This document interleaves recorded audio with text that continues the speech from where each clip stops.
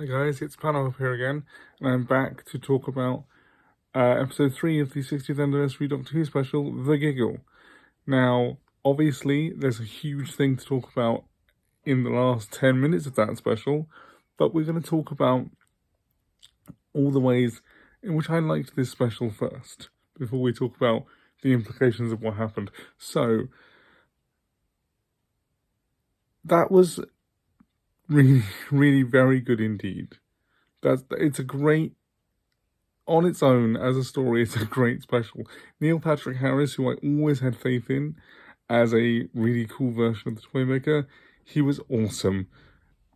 Big thumbs up from me for using the Spice Girls in a fight scene. I loved that. Especially creepy to use the creation of television as a kind of springboard to talk both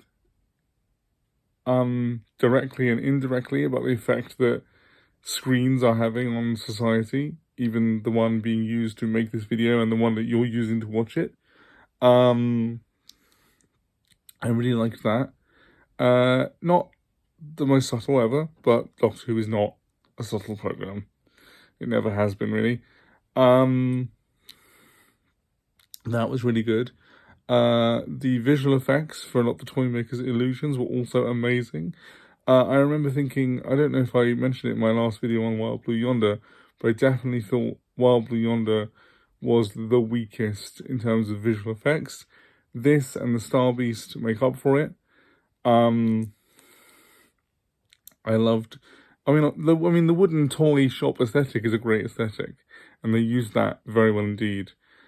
I loved seeing Mel again. I'm not too familiar with Mel because, I've got, as you can see behind me, I've got 2 Seventh Doctor collection sets, and I have seen them, but I can't retain them.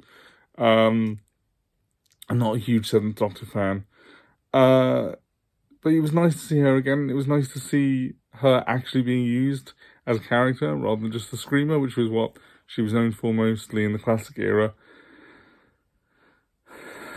And in general, I really liked it. Same great energy as the previous 2 specials. Catherine Tate and David Tennant clearly enjoying being in the role, clearly enjoying being the 14th Doctor and Donna Noble. Whether we need to change his title from the 14th Doctor, I don't know. But let's get into it then. So the bi generation. On its own, taken in isolation, as I said with the Timeless Child, I defended the Timeless Child. And, the Timeless Child was handled badly, basically dropped. But on paper, it's fine. Adding more complexity into the layers of the Doctor's life is fine. So on paper, a bi-generation that leaves you with a 15th Doctor that goes forward and a 14th Doctor that stays as they are, creating kind of, not a full stop, a semicolon between iterations of the Doctor. The first 14, I'm going to say, and the next however many there are. That's fine on paper, I guess, but it's within the fiction of the show, I'm sure we'll never see the 14th Doctor again. And like with him being half human, and like with the Flux, and like with everything else that is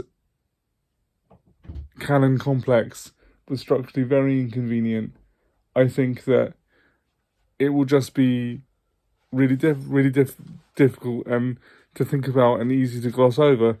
But in general, I think if you want to calm down fan discourse, especially over the last 5 years, I think it's probably the worst possible choice, because you've created a situation where people who want to ignore the coming era of the show have the perfect excuse, and you have the perfect excuse for people to spend the rest of their lives constantly saying they're not the real Doctor, and it drives me nuts. It's in terms of fan discourse, it's the worst possible choice, and I think that's the main takeaway I have for it. Yeah, I don't really understand it. I mean, again, I understand it in terms of wanting people to feel like it was a happy ending for everyone involved, and I understand it if you were looking at what happened the last time David Tennant left the role and how much fan discourse there was about him coming back. I imagine you were trying to avoid that, but I think it's probably just going to make it worse. And the kind of person who was going to dislike the 15th Doctor for other less savoury reasons, you're going to make them worse as well, and I don't think it's good overall to have done that. I could have made a separate video on this, but I have also made multiple videos on whether or not the current iteration of Doctor Who is too obsessed with David Tennant, so I won't go on about that anymore. But overall, apart from that one thing, I liked it, and I think it'll be good to see how the show goes forward in the future, and I will really enjoy looking forward to the Christmas special, which I will also do a video on. Okay, thanks guys, bye.